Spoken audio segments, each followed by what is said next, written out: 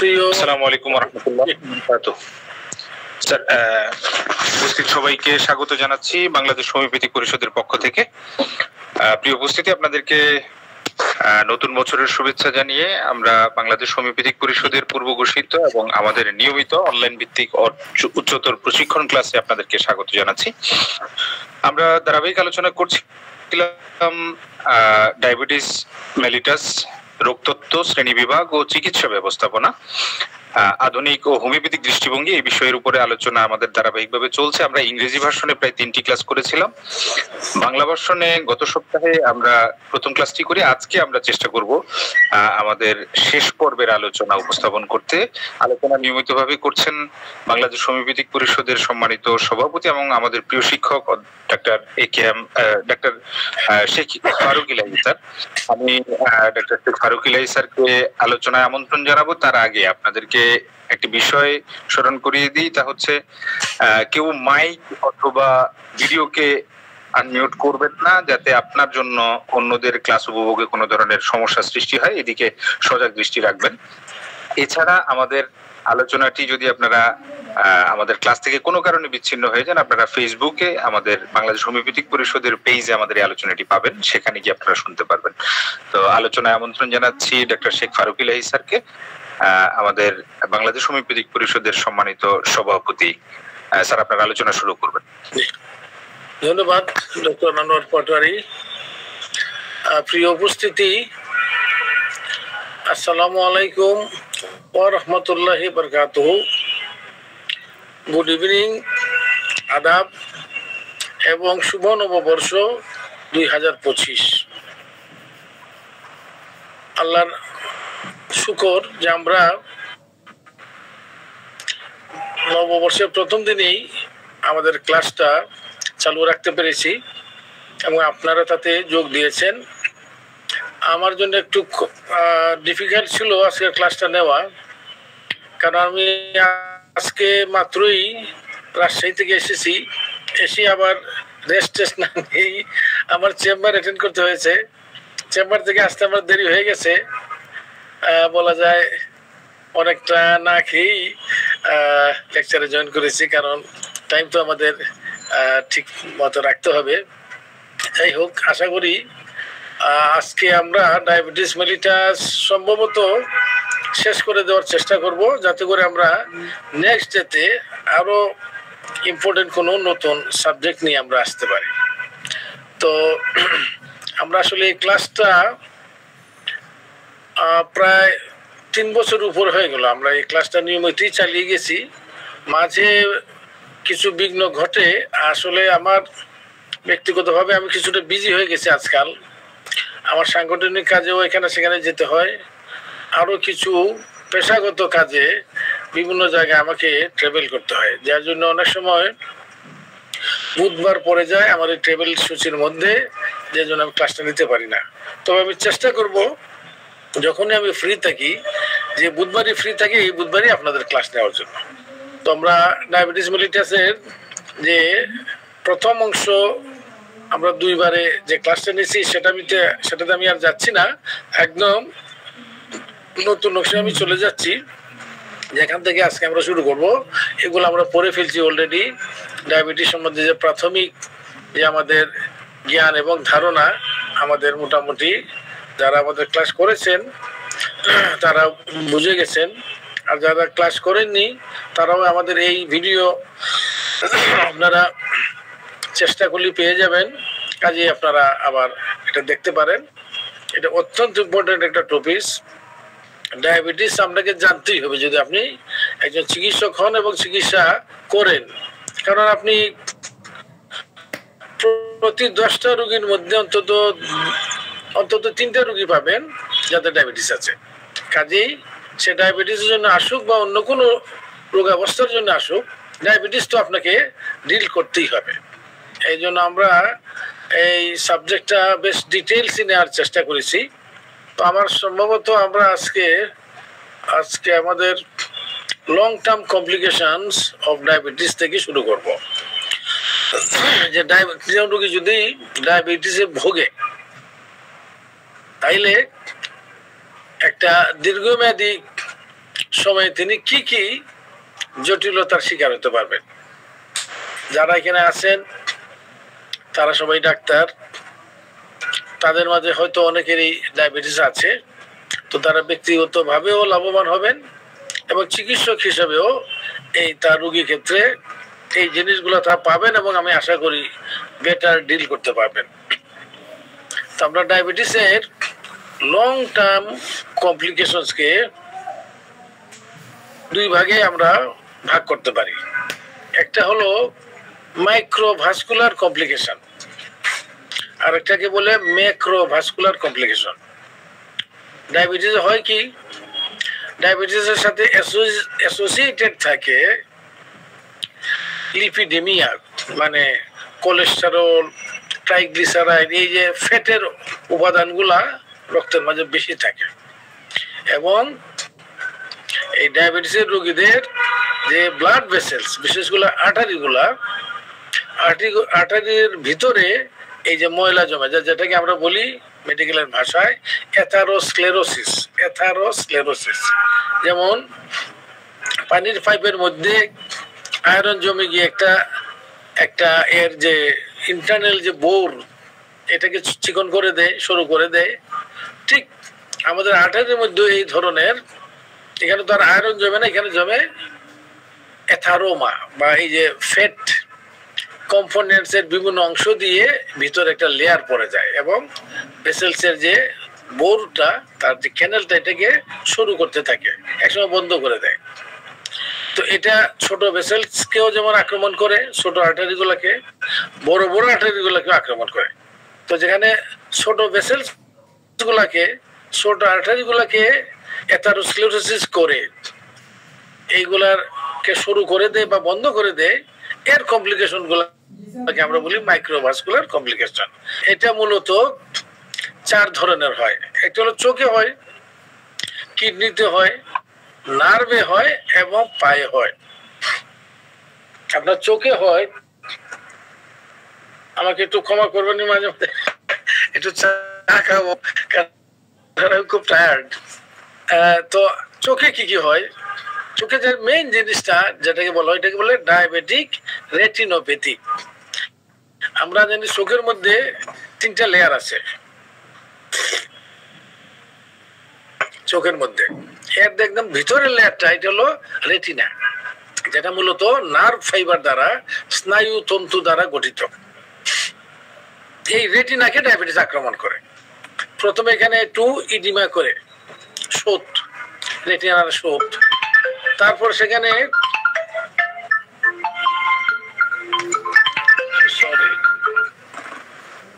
Hello ওয়ালাইকুম সালাম। আমি সরি, আমি একটা লেকচার নিচ্ছি অনলাইনে, আমি আপনাকে পরে ফোন করবো। ওকে ওকে, ধন্যবাদ।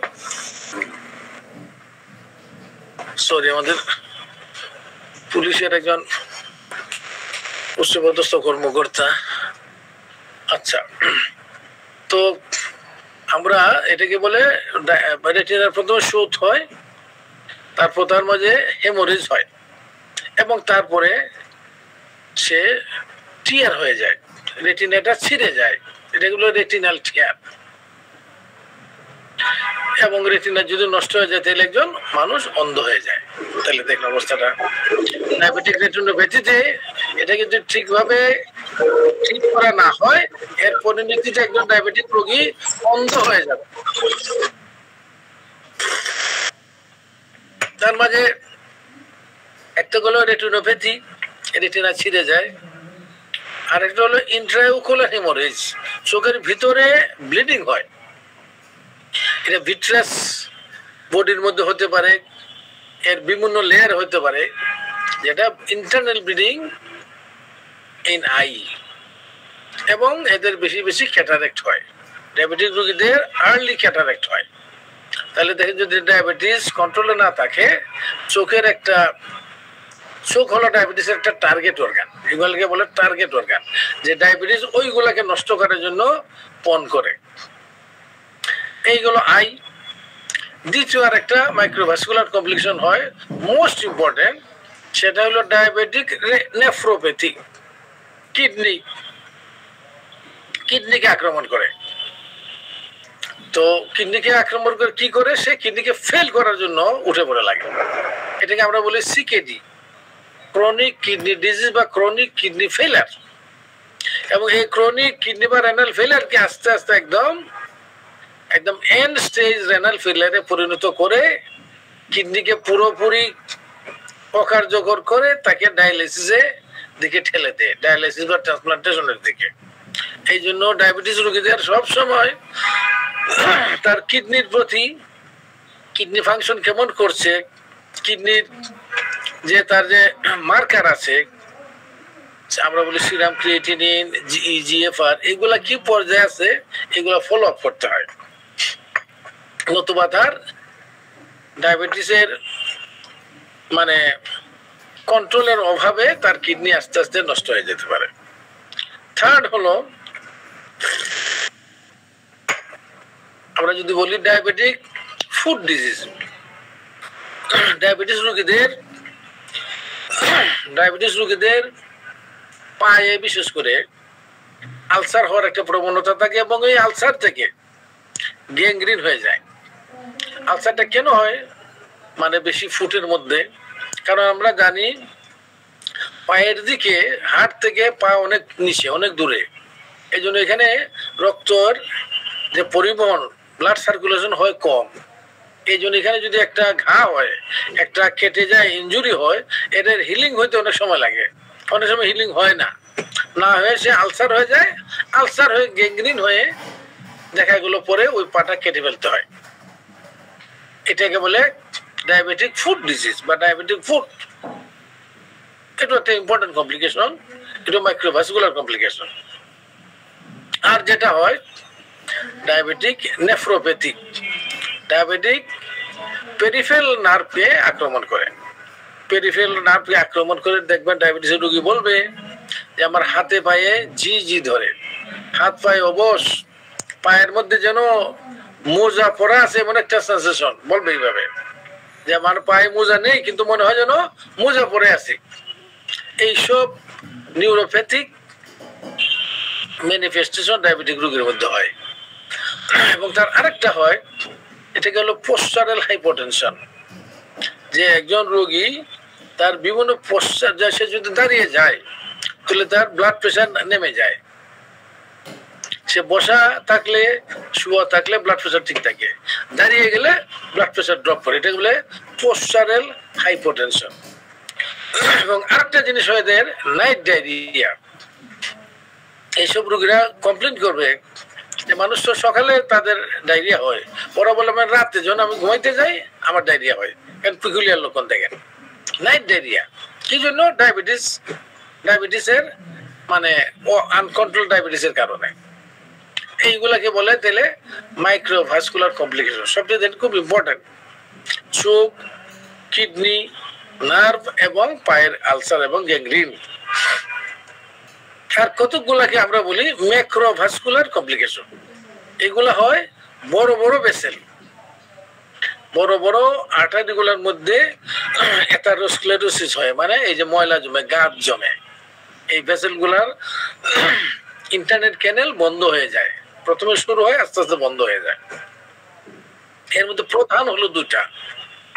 একটা হলো করোনারি সার্কুলেশন, যে হার্টের মধ্যে আমরা জানি তিনটে ভেসেলস থাকে, অ্যাকচুয়ালি দুইটা করোনারি আর্টারি, লেফট আবার ভাগ হয়ে দুইটা হয়ে যায়, আলটিমেটলি হয় তিনটে করোনারি আর্টারি।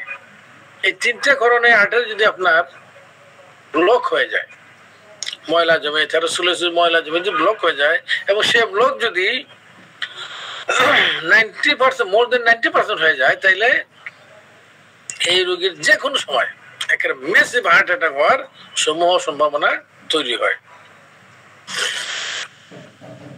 যদি তিনটেই মোর দেন 90% হয়ে যায়, এবং এই ম্যাসিভ হার্ট অ্যাটাকে সে একুট হার্ট ফেলিয়ার হয়ে মারাও যেতে পারে।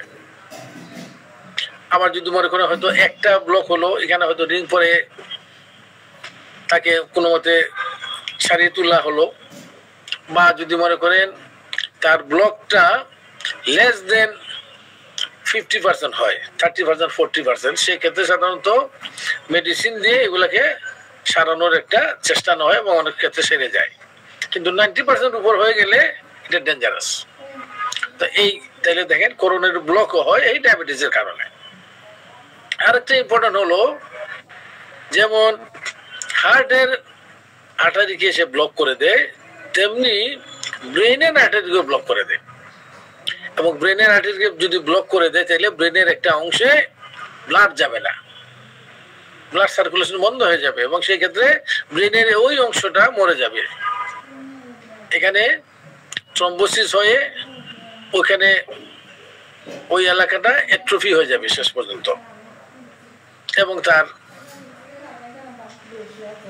হয়তো ট্রানজিয়েন্ট ইসকেমিক অ্যাটাক হতে পারে অথবা বড় ধরনের স্ট্রোক হতে পারে।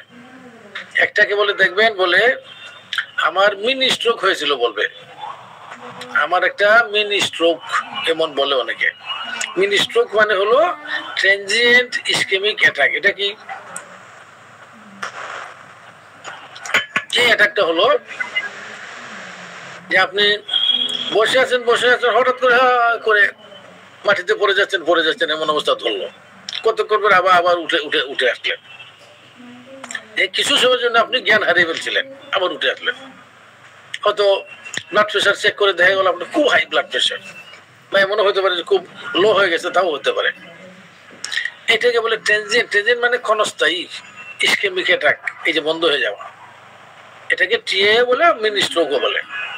এই টিএ কিন্তু একটা সিগন্যাল দেয় যে এই লোকের যে কোনো সময় বড় স্ট্রোক হবে, মানে বড় স্ট্রোকটা উনি আর সামলাতে পারবেন না, একদম সেরিব্রাল হেমোরেজ বা সেরিব্রাল থ্রম্বোসিস হয়ে ওনার ভাগ্য ভালো তাহলে হেমিপ্লেজিয়া, অর্ধাঙ্গ হবে প্যারালাইসিস, ভাগ্য খারাপ তাহলে মারাও যেতে পারে। তাহলে দেখেন অবস্থা কি কারণে? ওই যে আর্টারির ভিতরে ময়লা জমে আর্টারি বন্ধ করে দেয়। এবং অনেক সময় দেখা যায় পেরিফেরাল যে সার্কুলেশন হাতের বা পায়ের, বিশেষ করে পায়ের কোনো আর্টারি বন্ধ করে দেয়, এবং সেই ক্ষেত্রে এটাকে বলে ইন্টারমিডিয়েট ক্লোডিকেশন। যে লোকটা বলবে আমি একটু হাঁটলে আমার পায়ের যে পোষাটা, পায়ের যে কাফ মাসুল, এটা ব্যথা করে, আর যখন আমি একটু রেস্ট নেই তখন আবার ছেড়ে দেয়, আবার হাঁটলে আবার তার ব্যথা করে। এটা হলো ইন্টারমিডিয়েট ক্লোডিকেশন। এরও ফলশ্রুতিতে পায়ের মাঝে ঘা হবে। তাহলে এইগুলা আমি আর রিপিট করছি না, যেহেতু শেষ করতে চাই। এইগুলো হলো ডায়াবেটিসের লং টার্ম কমপ্লিকেশন। তাহলে একটা হলো মাইক্রোভাস্কুলার আর কতগুলো ম্যাক্রোভাস্কুলার। এর মধ্যে ম্যাক্রোভাস্কুলার গুলো হলো সবচাইতে বিপজ্জনক, কারণ এতে রোগীর মারা যায় বেশি। ম্যাক্রোভাস্কুলার কমপ্লিকেশনেই ডায়াবেটিস রোগীর বেশি অংশ মারা যায়, 70%। আর মাইক্রোভাস্কুলার কমপ্লিকেশনের মাঝে দুইটা খুব ইম্পর্টেন্ট, একটা হলো ডায়াবেটিক রেটিনোপ্যাথি হয়ে অন্ধ হয়ে যাওয়া, আর কিডনি ফেলিয়ার হয়ে আপনার ডায়ালাইসিস বা ট্রান্সপ্লান্টেশনের দিকে যাওয়া। ভয়াবহ জিনিস। কারণটা কি? যে ডায়াবেটিস আনকন্ট্রোল থাকা। কেউ যদি ডায়াবেটিস কন্ট্রোলে রাখে তাহলে তার এই কমপ্লিকেশনের সম্ভাবনা অনেকাংশেই কমা যাবে।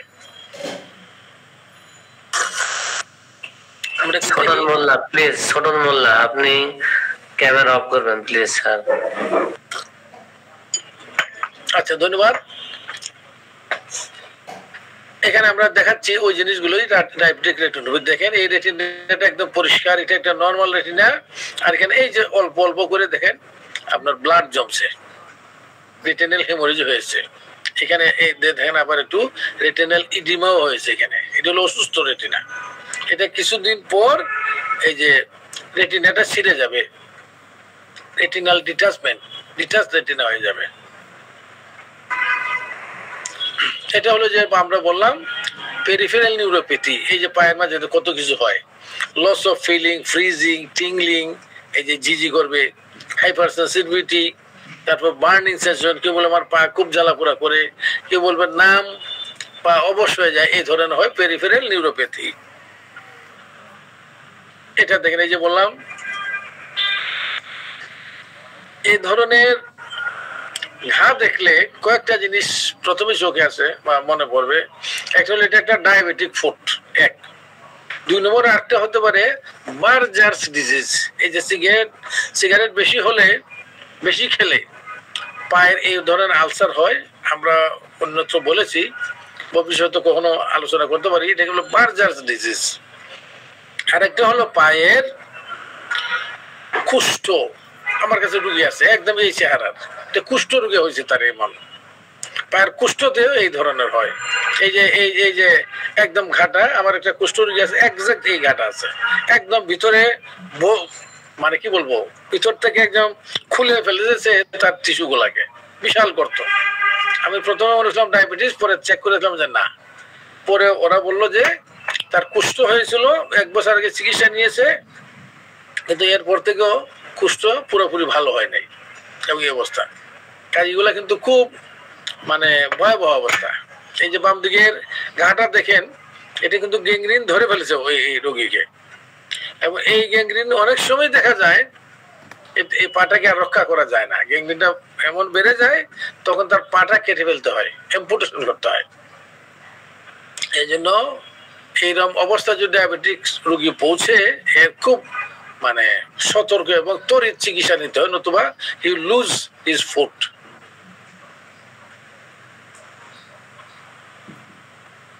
এই হলো ডায়াবেটিক নেফ্রোপ্যাথি। বলছি কিডনি যে খারাপ হয়, এই যে দেখেন, এটা আমি আর আলোচনা করতে যাই না, সময় লেগে যাবে। কিডনি কিভাবে খারাপ হয়, শুধু ওইটু জানেন যে কিডনি আস্তে আস্তে কিডনির টিস্যুগুলো নষ্ট হয়ে যায় এবং এট্রফি হয়ে যায়। তার যে নেফ্রন আছে, নেফ্রন গুলা লুজ হতে থাকে। আমাদের 2 কিডনিতে 2 মিলিয়ন 20 লাখ নেফ্রন আছে। কমতে কমতে কমতে কমতে কমতে মনে করো 10 লাখ চলে গেল, এরপরে চলে গেল 8 লাখ। যখন 5 লাখের নিচে, 5 লাখ না 4 লাখের নিচে এসে যাবে, তখন তার ক্রিয়েটিনিন বাড়তে থাকবে। আমরা আগে বলেছি যে কিডনি নেফ্রন হলো 20 লাখ, 2 মিলিয়ন।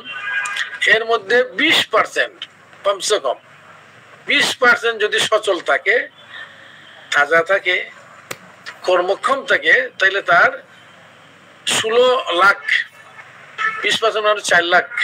তাহলে 4 লাখ যদি ঠিক থাকে, 16 লাখ মরে গেলেও তার রেনাল ফেলিয়ার হবে না, তার ক্রিয়েটিনিন একটুও বাড়বে না। কিন্তু যখন একজন লোকের দেখবেন যে ক্রিয়েটিনিন বেড়ে গেছে, তার 1.4 হলো ম্যাক্সিমাম, তার হয়ে গেছে 2.5, বুঝতে হবে যে তার ওই 4 লাখের মধ্যে হাত পড়েছে। 16 লাখ তো শেষ।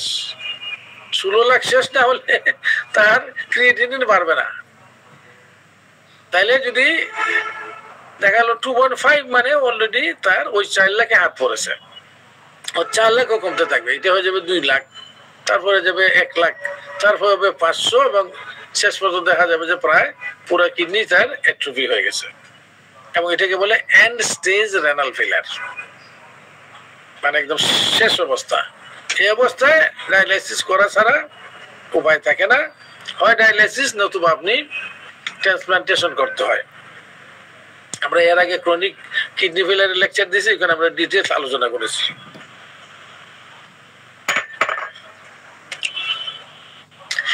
এই দেখেন অবস্থা, মায়োকার্ডিয়াল ইনফার্কশন যে বলছিলাম, করোনারি ব্লক হয়ে যায়, হয়ে কি হয়, হার্ট অ্যাটাক হয়। হার্ট অ্যাটাক আমরা মেডিকেলের ভাষায় বলি মায়োকার্ডিয়াল ইনফার্কশন, এমআই লেখা থাকবে, MI, myocardial infarction. Myocardial infarction অল্প জায়গা জুড়ে হতে পারে, আবার মেসিভ অনেক জায়গা জুড়ে হতে পারে। যদি লেফট করোনারি আর্টারি ব্লক হয়ে যায়, করোনারি আর্টারি 2টা, right left. Right coronary artery আপনার হার্টের 40% এরিয়াকে জমিতে এই যে পানি দেয়, মানে ব্লাড সার্কুলেশন করে। আর লেফট করোনারি আর্টারি 60% এলাকাকে ব্লাড সার্কুলেশন দেয়, মানে রক্ত সংবহন করে। এখন যদি লেফট করোনারি আর্টারি ব্লক হয়ে যায়, তাইলে আপনার হার্টের 60% এরিয়া একদম গেল, নষ্ট হয়ে গেল, ইনফ্যাক্ট হয়ে গেল।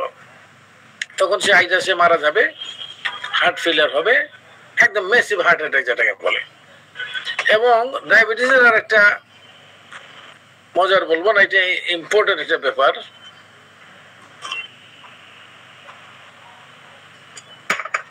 ডায়াবেটিসের রোগীর বেলা হবে সাইলেন্ট হার্ট অ্যাটাক। নাম শুনছেন কিনা? তার হার্ট অ্যাটাক হবে, but he will be unaware, সে টেরই পাবে না। সে রাত্রে টেলিভিশন দেখছে, টক শো দেখতেছে, পরিবারের সাথে খাওয়া দাওয়া করছে, তার কিন্তু হার্ট অ্যাটাক হয়েছে বা হচ্ছে, সে কিন্তু টের পাচ্ছে না। তারপর পরিবার চলে গেল, সে তার বিছানায় ঘুমালো, সকালে দেখা যায় যে আর ঘুম থেকে উঠছে, আরে কি ব্যাপার, 10টা বেজে গেলো, হলো নাস্তা খায় না। তারপর দরজা ভেঙে ঢুকে দেখে এলো যে হি ডাইট। তাহলে দেখে কি ভয়াবহ অবস্থা। ডায়াবেটিসের রোগীর হার্ট অ্যাটাক হয় সাইলেন্ট হার্ট অ্যাটাক। কারণ যদি সাইলেন্ট না হয়ে তার ব্যথা হতো তাহলে কিন্তু তার জন্য এটা সুবিধা। কারণ ব্যথার কারণে সে চিল্লাচিল্লি করতো যে আমার বুকের ব্যথা, আমি তার আমার এটা হয়েছে সেটা হয়েছে, তাড়াতাড়ি করে ডাক্তার কাছে নিয়ে যাও, তাহলে তো তার একটা কিছু হতো।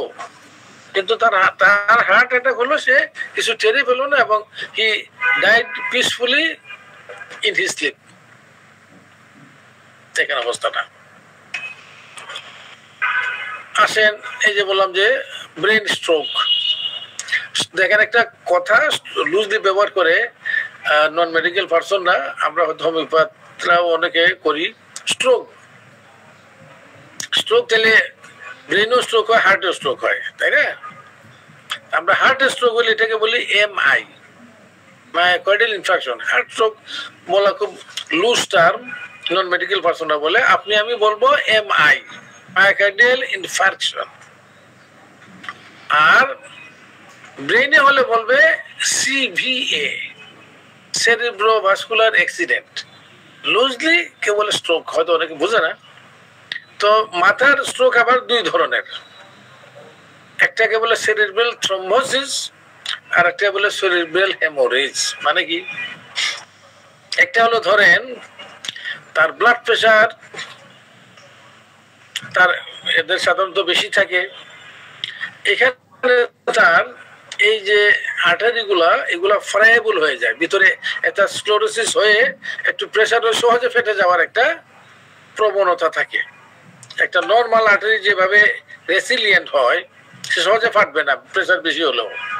আর একটা অ্যাথারোস্ক্লেরোজড আর্টারি ওই প্রেশার সহ্য করতে পারেছে, ফেটে যায়। তাহলে মনে করো এখানে যদি একটা আর্টারি ফেটে যায়, কি হবে, এই পুরো এলাকাটা রক্তে ভেসে যাবে। এটা বলে সেরিব্রাল হেমোরেজ, একদম ক্লট হয়ে যাবে এখানে। এটা হলো সেরিব্রাল, এটা স্ট্রোক। আরেকটা হতে পারে যে তার এই যে আর্টারি কোনো একটা জায়গায়, হয়তো এখানে একটা জায়গায় থ্রম্বাস, এই যে ব্লাড জমে গিয়ে অ্যাথারোস্ক্লেরোসিস হয়ে এখানে ব্লাড জমে গিয়ে এটা বন্ধ করে দিল। এখানে যদি বন্ধ করে দিলে এই আর্টারিটা, এই ধমনীটা যে ব্রেনের যে অংশটুকুতে রক্ত সঞ্চালন করতো, ওই জায়গাটা নষ্ট হয়ে যাবে। এটা বলে সেরিব্রাল থ্রম্বোসিস। দুইটাই স্ট্রোক করে, কোনোটা থ্রম্বোসিস করে, কোনোটা আপনার হেমোরেজ করে। এটা বুঝতে হয় সিটি স্ক্যান করে। আপনি সবটারই লক্ষণ একরকম দেখবেন, এক সাইড প্যারালাইসিস হয়ে গেছে, জিহ্বা নাড়াতে পারে না, মুখ একদিকে বেঁকে গেছে। কিন্তু সিটি স্ক্যান করলে বোঝা যাবে এখানে থ্রম্বোসিস হয়েছে নাকি আপনার সেরিব্রাল হেমোরেজ হয়েছে। হেমোরেজ হলে অনেক সময় ইমার্জেন্সি মেশারে দেখা গেল একদম অজ্ঞান হয়ে আছে, একদম মারাই যাবে এমন অবস্থা। মেসিভ হেমোরেজ, এটি হলো মেসিভ, মানে অনেক জায়গায় জুড়ে হেমোরেজ হয়েছে। তখন সাধারণত ব্রেনের এই মাথার এক সাইড, এটাকে বলে বার হোল অপারেশন। এটা কি বলবো, এটাকে এই যে আমাদের দেখছেন না মাটি করে যে এইরকম একদম ট্রাফাইন এটা এক ধরনের নল, মনে করে নল দিয়ে হাড্ডিটাকে কেটে কেটে কেটে একটা চাকা হাড্ডি সরাই ফেলে। ওই যেখানে ক্লট হয়েছে ওই জায়গাটা এটা সরিয়ে ফেলে, ওই পোর্শন দিয়ে রক্তের এই যে ক্লট গুলাকে সরিয়ে ফেলে তখন ব্রেনটা রিলিজ হয়ে যায়। কেন যে প্রেশার ডেভেলপ রিলিজ হয়ে যায়, তখন দেখা যায় যে তার এই যে প্যারালাইসিস হয়েছিল এগুলো আস্তে আস্তে রিলিভ হয়ে যায়। এটা খুব ইমার্জেন্সি, তাড়াতাড়ি করতে হয়। এটা করে আমাদের যে করে। আবার এটা ধরো আপনি হয়তো গ্রামাঞ্চলে আছেন বা মফস্বলে আছেন, সিটি স্ক্যান নেই, এটা আবার থ্রম্বোসিস করলে কাজ হবে না। এই যেটাকে ডায়াগনোসিস করতে হবে বাই সিটি স্ক্যান। আচ্ছা, তাহলে এই হলো সেরিব্রাল অ্যাক্সিডেন্ট। এখন আমরা চলে যাই আচ্ছা, causes of death in people with diabetes. ডায়াবেটিসের রোগীদের মৃত্যু হয় কিভাবে? তাহলে আমরা কি দেখি দেখেন, সেরিব্রোভাস্কুলার ডিজিজ হয় 70%। যদি ডায়াবেটিসের 10 জন রোগী মারা যায়, এর 7 জনই মারা যাবে সেরিব্রোভাস্কুলার, মানে ওই যে হার্ট অ্যাটাক অথবা ব্রেন অ্যাটাক হয়, ব্রেনের স্ট্রোক অথবা হার্ট স্ট্রোক হয়ে 70% এর মৃত্যু হয়। তাহলে ডায়াবেটিস রোগীর খেয়াল রাখতে হবে তার স্ট্রোকের দিকে যাচ্ছে কিনা। আর এর 10% মারা যায় রেনাল ফেলিয়ারে, 10%। আর বাকিগুলো অন্যান্য, তো ধরেন 80% এই হার্ট, ব্রেন এবং কিডনি, এই তিনটাকে কেন্দ্রীভূত মানে হয়, এই 3 জায়গায় কেন্দ্রীভূত হয়। এবার আমরা আসি ডায়াবেটিসের চিকিৎসা, ডায়াবেটিসের ম্যানেজমেন্ট আর চিকিৎসাটা একটু ডিফারেন্ট। আমরা বড় অর্থ বলি management, how will manage A case of diabetes. ডায়াবেটিসের চিকিৎসা আগে আমরা একটু মডার্ন চিকিৎসাটা একটু আলোচনা করার চেষ্টা করবো, তারপর আমরা হোমিওপ্যাথিক অ্যাপ্রোচে যাব। এই মডার্ন চিকিৎসায় ডায়াবেটিসের 3 ধরনের চিকিৎসা।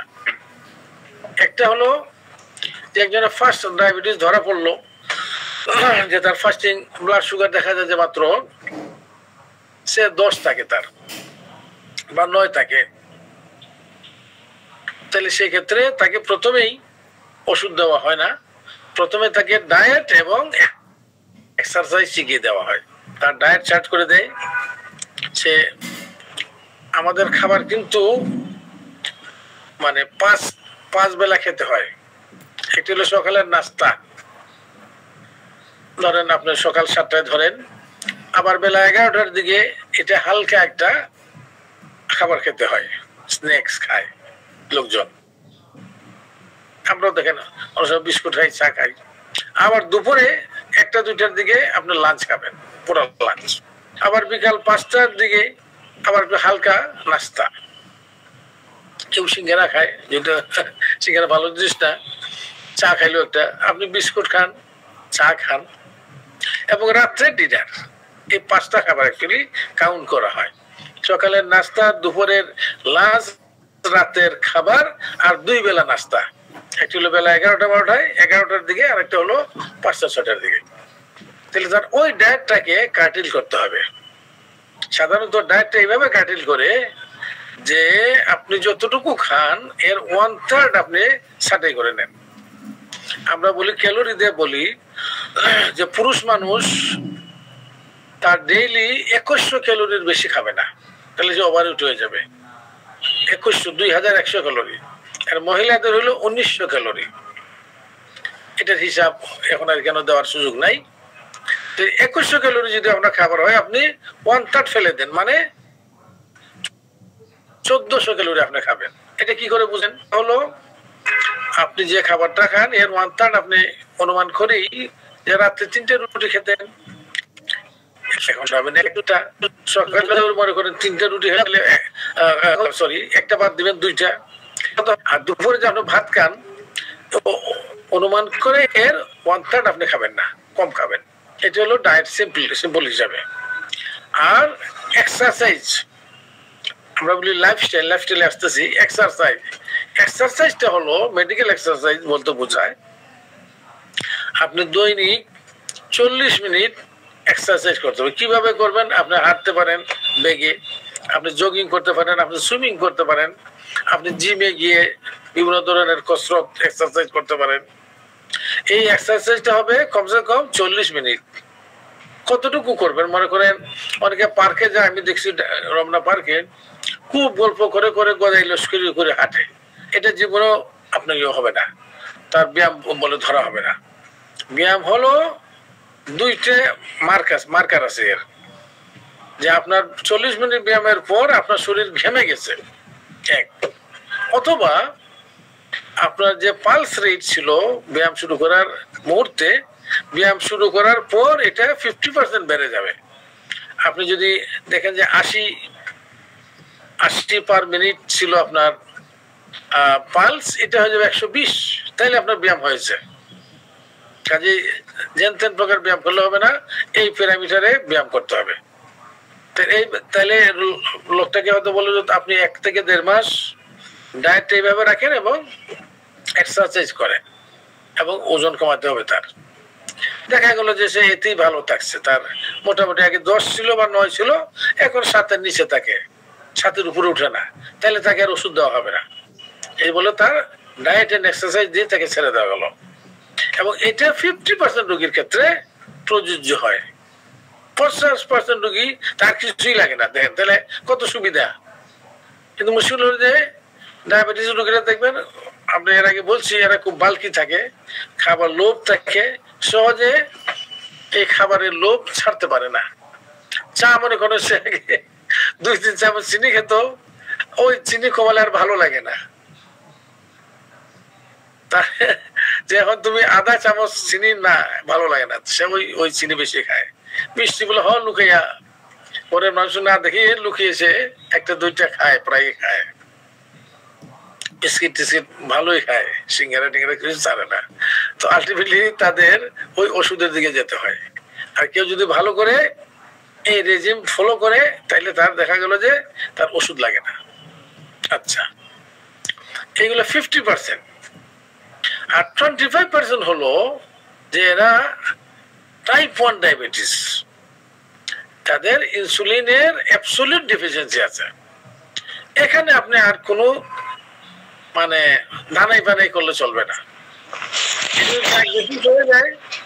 Type 1 diabetes with absolute insulin deficiency, এখানে থেকে ইনসুলিনই দিতে হবে। ধরেন এরা সাধারণতই হয় অল্প বয়সী হয়, মনে করেন 12 বছরের একটা মেয়ে, কি চিন্তা করে দেন তো, তার সিভিয়ার ডায়াবেটিস, তাকেও ইনসুলিনই দিতে হবে। এটা হলো 25%। তাইলে আপনার 50% ওষুধই লাগে না, আবার 25% লাগে একেবারে ইনসুলিন, বাকি রইল 25%। এই 25%কে এলোপ্যাথি মতে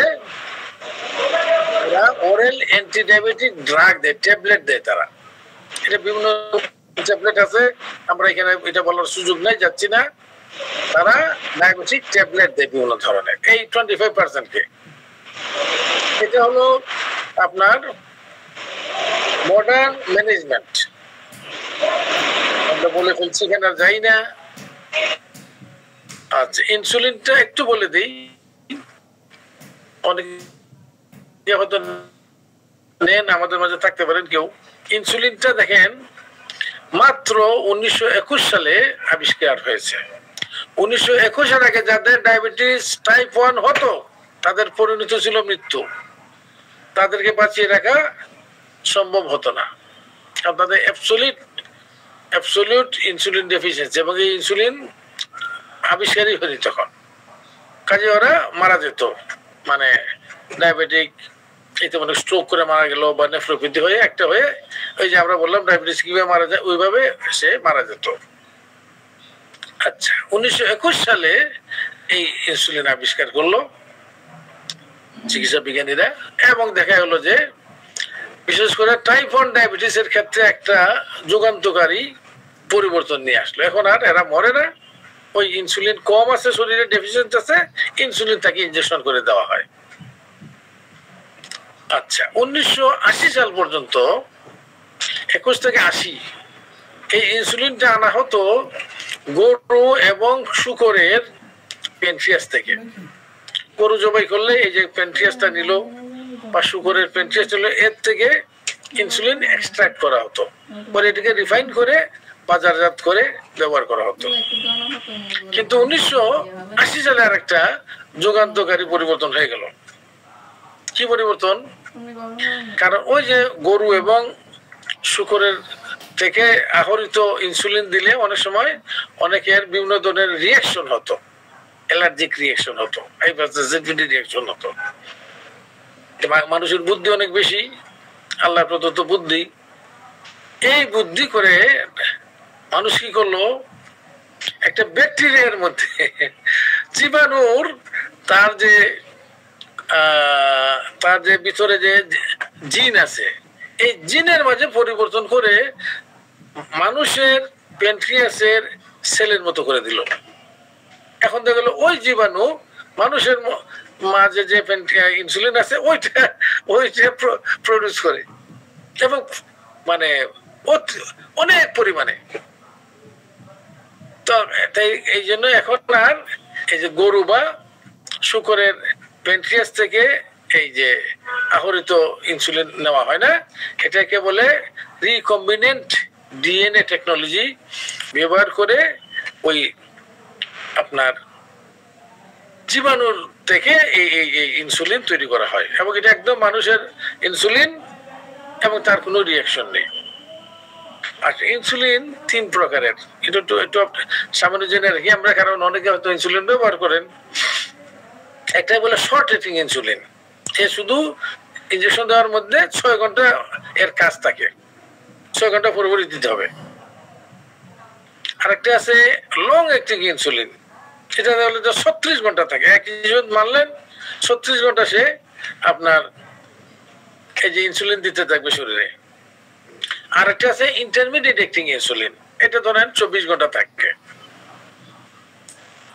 এবং চিকিৎসাটা কিভাবে করে, সাধারণত কিছুটা শর্ট অ্যাক্টিং আর কিছুটা ইন্টারমিডিয়েট অ্যাক্টিং ইনসুলিন যে মিক্স করে রোগীকে দেওয়া হয়। শর্ট অ্যাক্টিং দেওয়ার ফলে হয় কি, মনে করে একটা আমরা একটু আগাই বুঝতে পারবো, দেখা গেল যে একটা রোগীর জন্য চিন্তা করলো যে তার 30 ইউনিট ইনসুলিন লাগবে, 30 ইউনিট। আচ্ছা, 30 ইউনিটের মধ্যে শর্ট অ্যাক্টিং ইনসুলিন নেওয়া হবে 10 ইউনিট, আর ইন্টারমিডিয়েট অ্যাক্টিং ইনসুলিন নেওয়া হবে 20 ইউনিট। এইভাবে 1:2 রেশিওতে ইনসুলিনটাকে একসাথে করা হয়। আপনি 2টা শিশি থাকে, একটা হলো বলে গোলাটা হলো ইন্টারমিডিয়েট ইনসুলিন, আর যেটা একটা হলো স্বচ্ছ পানির মতো, এটা হলো short acting insulin. Short acting insulin দিয়ে আমাদের থেকে সিরিজ দিয়েছে 10 ইউনিট নিল, আর ইন্টারমিডিয়েট থেকে নিল 20 ইউনিট, এই 30 ইউনিট। এই 30 ইউনিটের আবার আপনার 2/3 দেওয়া হয় সকালে এবং 1/3 বিকালে। এই যে মিক্সড 30 ইউনিট হলো এর 2/3, মানে 20 ইউনিট সকালে খাওয়ার আগে দেবে, আর 10 ইউনিট মানে 1/3 রাতে খাবার আগে দেবে। কেন? কারণ মানুষের পূর্বাহ্নে এই যে সকাল থেকে দুপুর পর্যন্ত যে খাবারটা, এটা একটু বেশি হয় এবং রাতের খাবারটা কম হয়, এই জন্য ওইভাবে ভাগ করে দেওয়া হয়। তো এখন ধরেন ইনসুলিন আছে, আর ওই আলাদা আলাদা নিতে হয় না, দুইটা মিশানোই থাকে, মানে মিক্সড ইনসুলিন বলে, দুইটা মিশানোই থাকে ওই 1:2 কম্বিনেশনে। সহজ হয়ে গেছে। এখন ইনসুলিনটাকে আরো সহজ করার চেষ্টা করা হইতেছে, কারণ ইনসুলিন ধরুন একটা প্রিক করতে হয়, ইনজেকশন দিতে। ইনজেকশনটা কোথায় দেয় সেটা একটু জেনে রাখেন। হ্যাঁ, ইনজেকশনটা দেয় কোথায়? সাধারণত পেটের মধ্যে দেয়, অ্যান্টেরিয়র অ্যাবডোমিনাল ওয়ালে, আর্মে দেয়, থাইয়ের আউটারে দেয়, পাছায় দেয়, বাটকে দেয়। এই 4টা জায়গা, anterior abdominal wall, arm, outer thigh, উরুর পার্শ্বে, এবং বাটক মানে পাছায়। এই জায়গার মধ্যে সাবকিউটেনিয়াস ইনজেকশন মাংসতে দেয় না, চামড়ার নিচে, চামড়াকে তুলে এইভাবে মেরে দিতে হয় চামড়ার নিচে। কখনো এটাকে আপনার মাংসে ইন্ট্রামাসকুলার দেওয়া হয় না। এখন আরো সহজ করার, আরো চিকিৎসাটাকে আরো কি বলবো, কম পেইনফুল করার চেষ্টা করা হচ্ছে। কিভাবে? যে অলরেডি শুরু হয়ে গেছে এটা, যে ইনহেলিং ইনসুলিন। যেমন অ্যাজমা রোগীরা দেখবেন ফুস করে একটা ইনহেলার, একটা এক পাফ নিয়ে নেয়, বাস তার অ্যাজমাটা আরাম হয়ে গেল। কারণ ইনসুলিনও ইনহেল করবেন, হা করে ফুস দিলেন, বাস হয়ে গেল আপনার ইনসুলিনের ডোজ। সকালে 1 পাফ, বিকালে 1 পাফ, তো ইজি করে ফেলতেছে। দেখেন, তাহলে কাজে যারা ইনসুলিন নেবে তাদের জন্য চিকিৎসাটা সহজ হয়ে গেল। আরো একটা করার চিন্তা ভাবনা চলছে, এবং কিছু কিছু ক্ষেত্রে এইটা প্রয়োগ করা হচ্ছে। যে কি? কারণ ওই লোকটার কেন ডায়াবেটিস হয়েছে, তার প্যানক্রিয়াসের আইলেটস শুকাই গেছে। তো চলো আরেকজনের প্যানক্রিয়াস একটু কেটে ওই লোকের পেট কেটে এখানে ট্রান্সপ্লান্ট করে দিয়ে গেল।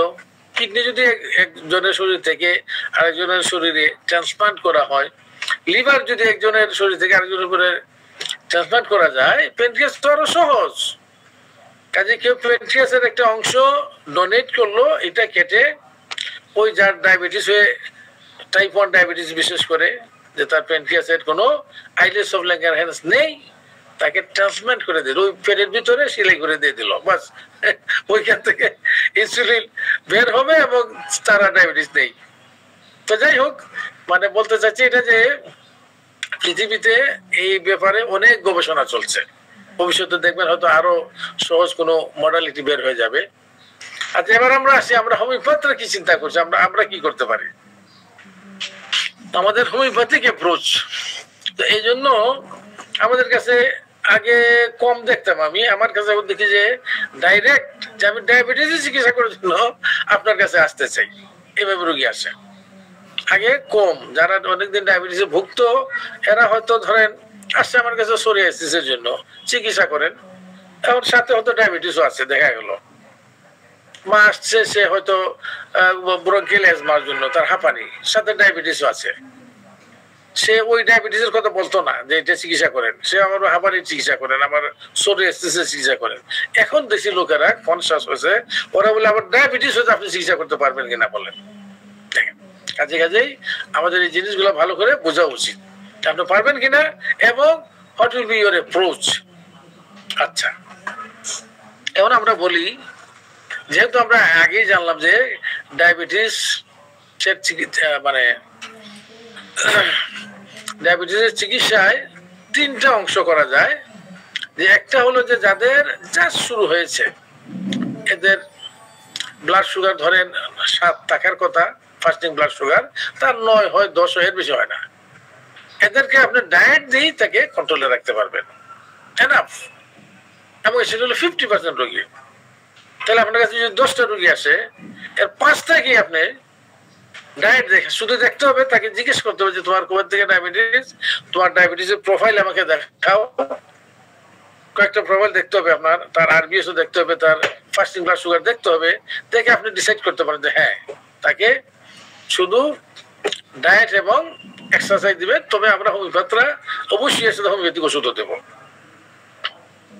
এলোপ্যাথিক কোনো ওষুধ দিবে না আমরা হোমিওপ্যাথিক, কারণ এইটা তো আমাদের সুযোগ যে এটা কমে আছে, তার কম, তার ডায়েটে কন্ট্রোল হয়ে যায়। ফলে এখানে যদি আমি হোমিওপ্যাথিক ওষুধ দিই তার কনস্টিটিউশনাল, তাইলে তার যে ঘাটতি আছে ঘাটতিটা পুরো হয়ে যেতে পারে। কাজে 50% রোগীকে আমরা ডায়েট এবং এক্সারসাইজ দেবো, সাথে হোমিওপ্যাথিক ওষুধ দেবো। আচ্ছা, 30% পেশেন্টের type 1 diabetes, absolute insulin deficiency, 10 বছরের বাচ্চা, তার ডায়াবেটিস, এখানে আপনার কিচ্ছু করার নাই, এখানে হোমিওপ্যাথিতে কাজ হবে না। কেউ যদি আমার সাথে ডিফার করেন, yes you can differ with all respect, কিন্তু আমি বলছি এখানে কোনো কাজ হবে না, জাস্ট রোগীর ক্ষতি করবেন, অ্যাটলিস্ট যদি বলেন যে ইনসুলিন বন্ধ করতে হবে, আর ইনসুলিন চালু রেখে আপনি কিছু দেন, ট্রাই করেন, ওকে, ইটস ওকে, কিন্তু ইনসুলিন বাদ দিয়ে না, তাহলে রোগী ক্ষতি হয়ে যাবে তার। এই জন্য 30% কেসে, 25% কেস যেখানে insulin dependent type 1 diabetes, particular in children, এখানে আমার করার স্কোপই নেই। আমি বলি, আমার কাছে আসলে আমি বলবো যে না, এখানে হোমিওপ্যাথি চলবে না, আপনাকে ইনসুলিন নিতে হবে। এই 10 বছর ডায়াবেটিসের বাচ্চার চিকিৎসা হোমিওপ্যাথিতে হবে না, এটা টাইপ 1 ইনসুলিন ডিপেন্ডেন্ট ডায়াবেটিস। তাইলে কোথায় হোমিওপ্যাথিক ওষুধ বেশি কাজে লাগবে? এটা হলো ওই 25% যারা টাইপ 2 ডায়াবেটিস মেলিটাস। এখন যদি কেউ বলে টাইপ 2 কোনটা, তাহলে আমি বলতে পারবো না, আমরা আগে এগুলো ভালো করে শিখিয়েছি কোনটা টাইপ 1 এবং কোনটা টাইপ 2। টাইপ 1 এ হোমিওপ্যাথিক চিকিৎসা নেই, অ্যাটলিস্ট আপনি ট্রাই করেন, আপত্তি নেই, বাট ইনসুলিন বন্ধ করা যাবে না। আর যারা জাস্ট নতুন করে শুরু হয়েছে, এর 50% কে আপনি ডায়েট এন্ড এক্সারসাইজ দিয়ে রাখতে পারবেন, এবং এই সুযোগে আপনি তাকে কনস্টিটিউশনাল মেডিসিন দিবেন। আর 25% যারা টাইপ 2 ডায়াবেটিস, বয়স মনে করেন 40 বা 50 হয়ে গেছে, উনি বেশ মোটা সোটা, এবং ডায়াবেটিস ডায়েট এবং এক্সারসাইজ চেষ্টা করছেন কিন্তু না, কমে না, 10 আসে না, 11-12 থেকে যাচ্ছে। আবার কোনো কমপ্লিকেশনও হয় নাই, যে দেখা গেল তার কিডনি অলরেডি সিকেডি হয়ে গেছে, কিডনি ফেলিওরের দিকে যাচ্ছে, তার ডায়াবেটিক রেটিনোপ্যাথি হয়ে গেছে, তার হার্টের মাঝে অলরেডি 2 বার রিং পড়াইছে, এইরকম হইলে আবার আপনি ইচ্ছা করলেও বেশিরভাগ ক্ষেত্রেই ওষুধ বন্ধ করতে পারবেন না, যে আপনি ওষুধ বন্ধ করে আমি শুধু হোমিওপ্যাথিক ওষুধ দেবো, নো, তাইলে ওই রোগীর ক্ষতি হয়ে যাবে। তাইলে যার এখনো কোনো টার্গেট অর্গান এফেক্টেড হয় নাই এবং ডায়াবেটিসটাও দীর্ঘদিনের নয় এবং ডায়াবেটিসের মাত্রাটাও বেশি হাই থাকে না, তখন দেখা গেলো তার 17, 18, 21 থাকে, এটা বোঝা যাবে যে তার ওই যে তার ইনসুলিনের বহুত ঘাটতি আছে এখানে। এই জন্য কেসটাকে আপনি একটু সিলেক্ট করতে হবে যে কোন কেসগুলো আপনি চিকিৎসার জন্য নেবেন, বা তাকে আশ্বাসও দিতে পারেন এবং আপনি ট্রাই করতে পারেন। এটা হলো ইউজুয়ালি ওই যে বললাম 25%, এর মধ্যে যারা আনকমপ্লিকেটেড, আনকমপ্লিকেটেড বলতে বুঝাচ্ছি যে তার কিডনি এখনো ভালো আছে, তার ক্রিয়েটিনিন লেভেল ঠিক আছে, তার হার্টে কোনো অ্যাটাক হয় নাই, তার ব্রেইনে কোনো স্ট্রোক হয় নাই, এমন যদি হয়, যদি তার ব্রেইনে স্ট্রোক হয়ে গেছে আপনি ট্রাই করেন ওটা বন্ধ করে তার আরেকটা স্ট্রোক হবে, তার হার্টের মধ্যে 2টা তার অলরেডি রিং পড়াইছে, আপনি দিলেন ওষুধটা বন্ধ করে, এখন তার একদম পাক্কাপাক্কি মেসিভ হার্ট অ্যাটাক হবে। নো, এই কি বলবো রিস্কি অ্যাডভেঞ্চার রোগীর উপর চালানো যাবে না। এই জন্য আপনাকে কেস সিলেক্ট করতে হবে যে কোনটা আশা আছে যে ভালো হয়ে যাবে। আর যদি আপনি ওইভাবে নেন যে তার অলরেডি কিডনিতে ধরে গেছে, তার হার্টে কিছু সমস্যা হয়ে গেছে অলরেডি, এরপরে সে হোমিওপ্যাথি করাতে চায়, আপনি করবেন, সেই ক্ষেত্রে আপনি তার ওষুধ বন্ধ করা যাবে, তার যে ট্যাবলেটটা খায় ওটা বন্ধ করা যাবে না, এটা হলো আমার মত। কারণ রুগী মেরে ফেলবেন আপনি, ওইটা রেখেই আপনি চিকিৎসা দেন। বলবেন কি একসাথে হয়? এটার ব্যাখ্যা আমি গতদিন দিয়েছি সম্ভবত। এটা রেখেই যদ্দূর হয় ওদ্দূর আপনি দেবেন, রুগী এত হোপ দিতে পারবেন যে তুমি পুরো ভালো হয়ে যাবে, আই এম ট্রাইং, তবে আপনি ওষুধ বন্ধ রাখতে পারবেন না। করতে পারেন যে আপনি ডোজ কিছু কমাই দিতে পারেন তার, এবং ওষুধ দেন যে তারে দেখলেন 2 মাস 3 মাস পরে না, এখন তো সে আগে ট্যাবলেট 2টা খেত 2 বার, এখন একবারই চলে, আবার দেখলে যে না কিছুদিন পর তার আধাখান ট্যাবলেট নিলেই চলে। আরে তাও যদি আপনি আনতে পারেন পার্সিয়ালি তাকে যদি রিলিফ দিতে পারেন তবুও দেখলাম, পুরোপুরি নাইবা বললেন, আর পুরোপুরি যে তাকে বের করে নিয়ে আসতে পারেন, পার্টিকুলার ওই কেসগুলো যেগুলো নিউ, যেগুলো এখনো কমপ্লিকেটেড হয় নাই, তাইলে তো আপনি বহুত বড় সাকসেস আপনার কাজে। আমরা এটাকে বলে যে পেশেন্ট সিলেকশন একটা ইম্পর্টেন্ট পয়েন্ট, আমরা বলেই ফেলছি এখানে। এখন আপনি ডায়াবেটিসের কোন শিওর ওষুধ আছে হোমিওপ্যাথিতে যে এই ওষুধগুলো ডায়াবেটিস ভালো করে? ডায়াবেটিস চিকিৎসা সোজা কথা হলো নো।